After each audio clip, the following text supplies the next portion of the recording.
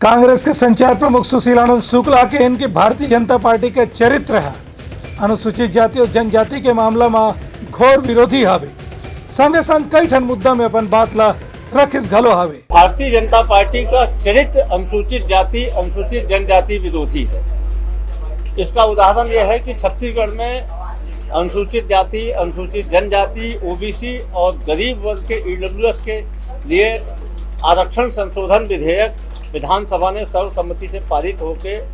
राजभवन में भेजा है, लेकिन भारतीय जनता पार्टी ने राजभवन में उसको रुकवा के रखा है।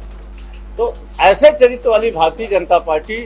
अनुसूचित जाति मोर्चा की बैठक कर ले, अनुसूचित जनजाति मोर्चा की बैठक कर ले, इस वर्ग के लोग भारतीय जनता पार्टी के बहकावे में नहीं आएंगे, उनके भुलावे में नहीं आएंगे, क्योंकि भारतीय जनता पार्टी ने अपनी सरकार रहते इनके आरक्षण में कटौती किया था और विपक्ष में रहते जो इनके लिए आरक्षण संशोधन विधेयक आया उसको राजभवन में रुकवा के रखा है।